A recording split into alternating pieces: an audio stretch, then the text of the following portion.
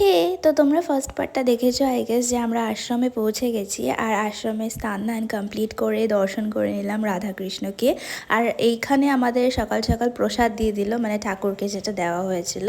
আর শাল পাতার এক্সপিরিয়েন্সটা জাস্ট দারুণ ছিল, ফার্স্ট টাইম খেলাম এখানে। দেন সবাই মিলে এখানে বসেছিলাম। তো আশ্রমের গুরু যেটা আমাদের অনেক কথা শোনালো, তো ভালো লাগলো সকাল সকাল এসব শুনে। আর আমাদের যে গাইড মানে আঙ্কেলটা বললো যে আশ্রমের অপোজিটেই একটা মন্দির আছে, ওমকারেশ্বর।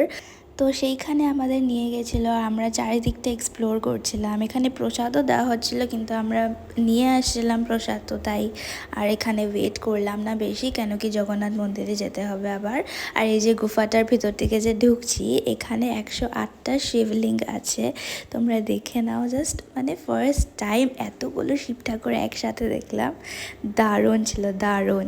আর মেইনলি আমরা যে এতটা টায়ার্ডনেস নিয়ে ঘুরছি, টায়ার্ড লাগছেই না, বিকজ এত সুন্দর সুন্দর জায়গাতে গিয়ে দর্শন করা হচ্ছে ঠাকুরগুলোকে, খুবই দারুণ লাগছে। কিন্তু গুয়াহাটি আর পুরীর ওয়েদার এতটাই ডিফারেন্স, কি বলবো, সেখানে গিয়ে এতটাই গরম লাগছে যে আমরা ঠান্ডা ঠান্ডা লেমন ওয়াটার খেয়েছি। সো আজকের জন্য এতটুকুই, নেক্সট পার্টে দেখা